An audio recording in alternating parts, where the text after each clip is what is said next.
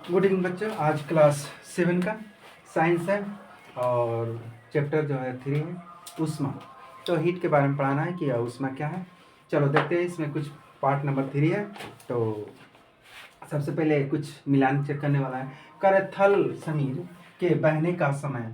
तो थल समीर का समय, थल यानी थल मैंने क्या होता है, यानी जमीन से जमीनी हवा बहने का समय रात में होता है। किस में होता है?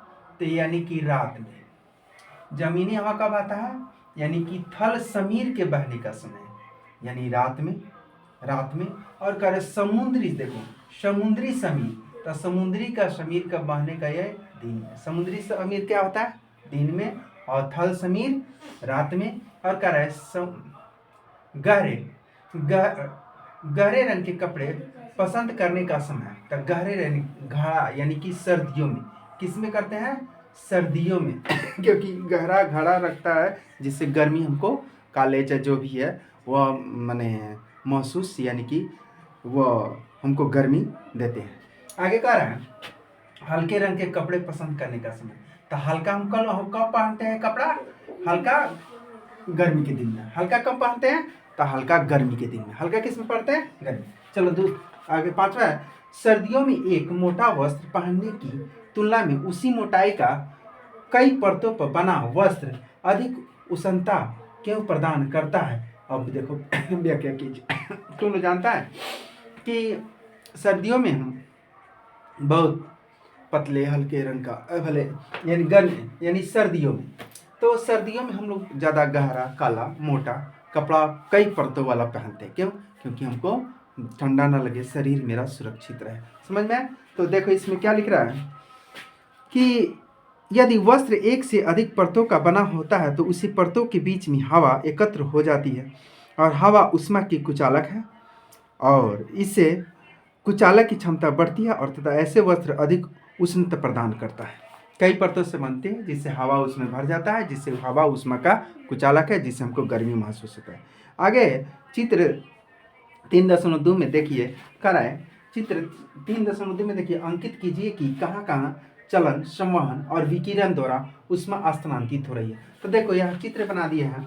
यहाँ जैसे जल रहा है तो यहाँ जो है विकिरण, यहाँ से विकिरण हो रहा है, यहाँ पर चालन हो रहा है, यहाँ पर क्या हो रहा है? चालन हो रहा है और ऊपर जो है संवहन होगा। ऊपर क्या होगा? संवहन होगा। नेक्स्ट ऊपर संवहन होगा, यहाँ चालन होगा, नीचे विकिरण होगा। याद करो। चलो अगला प्रश्न है कि गर्म जलवायु के स्थानों पर यह परामर्श दिया जाता है कि घरों की बाहरी दीवारों पर श्वेत पेंट यानी पेंट किया जाए। व्याख्या कीजिए। अब देखो यानी कह रहा है कि स्थान पर यानी गर्म जलवायु के स्थानों पर। क्यों? क्योंकि मान लीजिए कि आगे जो श्वेत पेंट, तो श्वेत पेंट जनता है कि परावर्तन कर दे कि सूर्य के किरण को जो क्या करता है?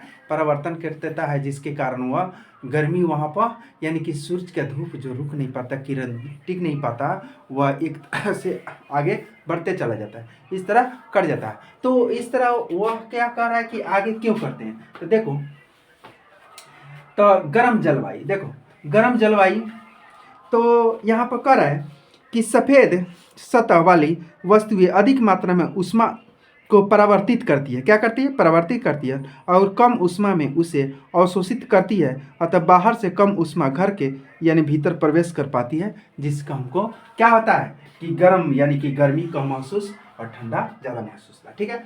चलो नेक्स्ट है कह रहा है 30 डिग्री सेंटीग्रेड एक लीटर जल को 50 डिग्री सेंटीग्रेड लीटर जल के साथ यानी मिलाया जाए तो मिश्रण का ताप एक कहाँ, एक पानी दूध लेते हैं तो 2 स्टोव पर गर्म करते हैं, एगो 30 डिग्री तक, एगो 50 डिग्री तक। अब दोनों को मिला रहे हैं, दोनों को क्या कर रहे हैं? तो दोनों को मिला रहे हैं तो दोनों का प्लस हो जाता है। दोनों का क्या हो जाएगा? दोनों का प्लस, यानी कि प्लस नहीं, दोनों का हो जाता है क्या? यानी 30 तथा 50 के बीच, किसके बीच हो जाता है? प्लस नहीं का, यानी 30 और 50 के बीच मिक्सन हो जाता है। यानी मान लो कि 30-50 के बीच, कभी 40, कभी 60, इस तरह, यानी 30-50 के बीच क्या होगा? 40, यानी 40 तक मिक्स हो जाता है। कितना आंसर होगा? यानी कि 30 डिग्री सेंटीग्रेड तथा 50 डिग्री के बीच हो जाता है। चलो अगला प्रश्न है, देखो ध्यान से।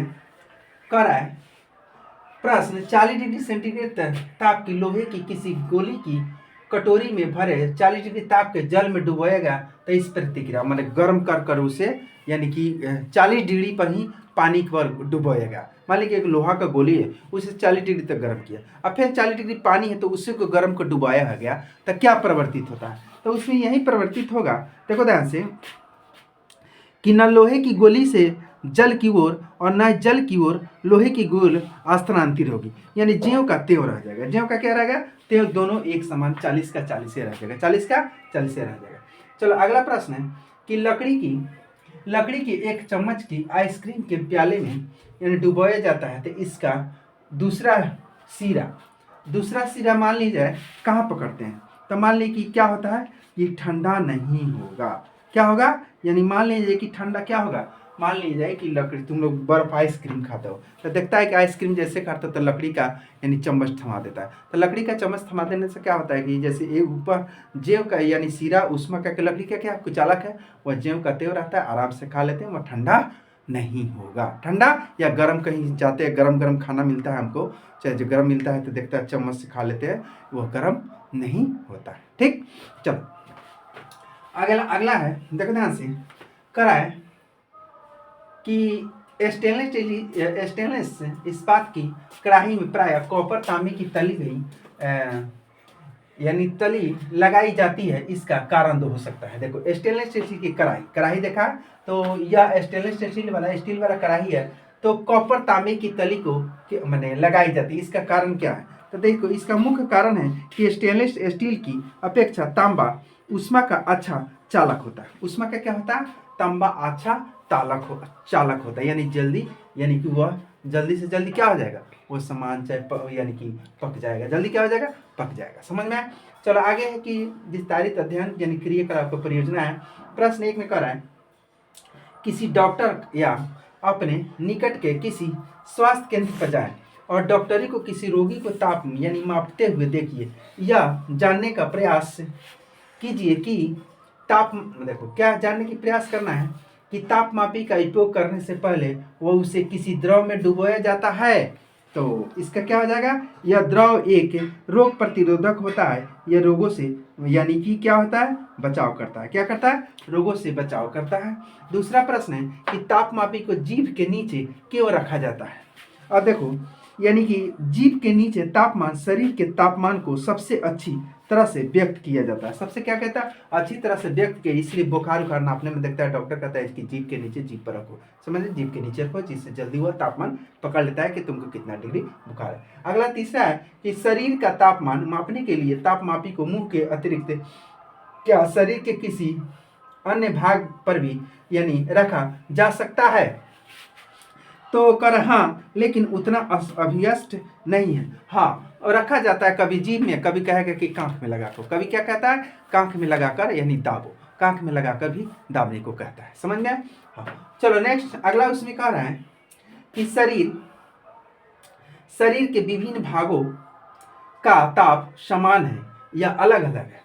तो शरीर के विभिन्न भागों का तापमान थोड़ा बहुत अंतर होता है। मान ली कि कभी काय काम करते हैं तो देखता है अभी सर्दी के दिन है तो गोड़ हाथ कितना पला जाता है, तो भीतर मेरा शरीर गर्म रहता है और हाथ खुला है चाहे पैर खुला है तो वो जल्दी ठंडा हो जाता है, यानी अलग अलग तापमान अलग अलग कुछ हो सकते हैं। चलो अगला प्रश्न है कि किसी पशु चिकित्सक के पास जाइए और अपने उसे पालतू पशुओं पर पक्षियों के समान ताप के बारे में जानकारी प्राप्त कीजिए तथा यानी कि चर्चा कीजिए पशु पक्षी के बारे में कि किस पक्षी के, जैसे मान लो कि बकरी, तो बकरी जो है 37 डिग्री सेंटीग्रेड से तापमान 40 डिग्री तक रहता है। बकरी का क्या रहता है? 37 से लेकर 40 के बीच होता है, 37 से लेकर 40। उसके बाद है कुत्ता, तो कुत्ता का तापमान 28 डिग्री सेंटीग्रेड। कुत्ता का तापमान कितना होता है? 28 डिग्री का होता है। चमगादड़ यानी तुमको देहात में बहादुर उधर कहते हैं, तो चमगादड़ बैट जिसको अंग्रेजी में कहते हैं, तो चमगादड़ का जो है मनुष्य के ही इतना यानी कि लगभग 37 डिग्री कितना होता है, यानी 37 डिग्री सेंटीग्रेड। चलो अगला है सेल्सियस यानी नापते हैं।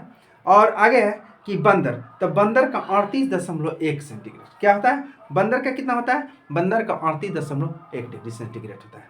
समझ में आ गया?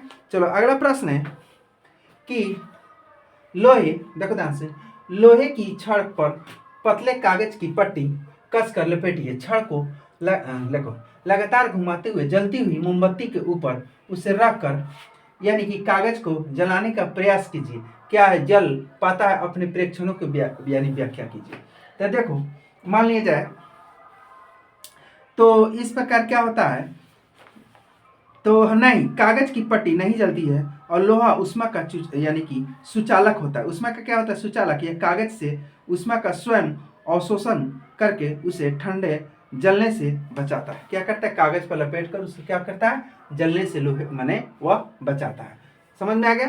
तो अगला है लास्ट में, यह चित्र के माध्यम से कर रहा है कि देखो ध्यान से, कुछ लॉन्ग प्रश्न है, हम पढ़ रहे हैं कि कागज की एक शीट लीजिए, इस पर चित्र दर्शाइए के अनुसार सर्पिला यानी एस्पाइरल बनाइए, कागज को रेखा के अनुदेशित कीजिए। चित्र 3.3 में दर्शाए अनुसार कागज को जलती हुई किसी मोमबत्ती के ऊपर लटकाइए। देखिए क्या होगा इसकी यानी व्याख्या कीजिए। ध्यान रखिए कि सर्पिला का निचला भाग ज्वाला के ठीक ऊपर यानी इतनी ऊंचाई पर हो कि उसमें आग न लगे। देखो, कागज का सर्पिला घुमाने लगता है तथा ऐसा इसलिए होता है क्योंकि संवहन के कारण ज्वाला के ऊपर की हवा यानी ऊपर उठती है। अब देखो, यहाँ कागज है, यहाँ दिया हुआ है, देखो ध्यान से, कि कागज को कैंची से काट दिए। कैंची से क्या काट दिए, मोमबत्ती के ऊपर रखेंगे, जैसे मोमबत्ती के ऊपर यानी गोट कर रखेंगे तो कागज का टुकड़ा ऊपर हवा की तरफ ऊपर जाएगा। क्या होता है, संवहन की क्रिया होता है। किससे होता है, संवहन, अभी बताया है, संवहन की क्रिया होता है जिससे कागज के ऊपर की ओर